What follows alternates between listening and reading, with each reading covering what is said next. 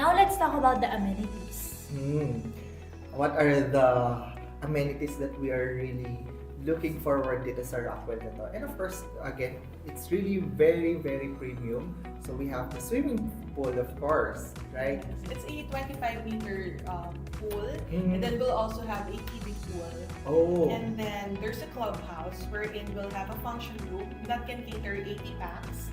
Also the gym. Nice.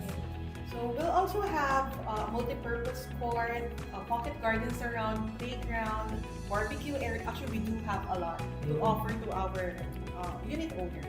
Parang ang saya ng barbecue area. Oh. Diba? So, if you want to set up a barbecue, of course, hindi ka na mahahassle on your own unit. Just go, diba, on the ground floor and then you have your barbecue area. Actually, Rockwell is also generous when it comes to open spaces. For our residential area, it's 78% open space. Oh, 78%. Parang baliktad yata, no? Normally kasi parang Maliit yung oo, open space and then sinusulit kasi yung for the floor area right. Pero wow, 78%.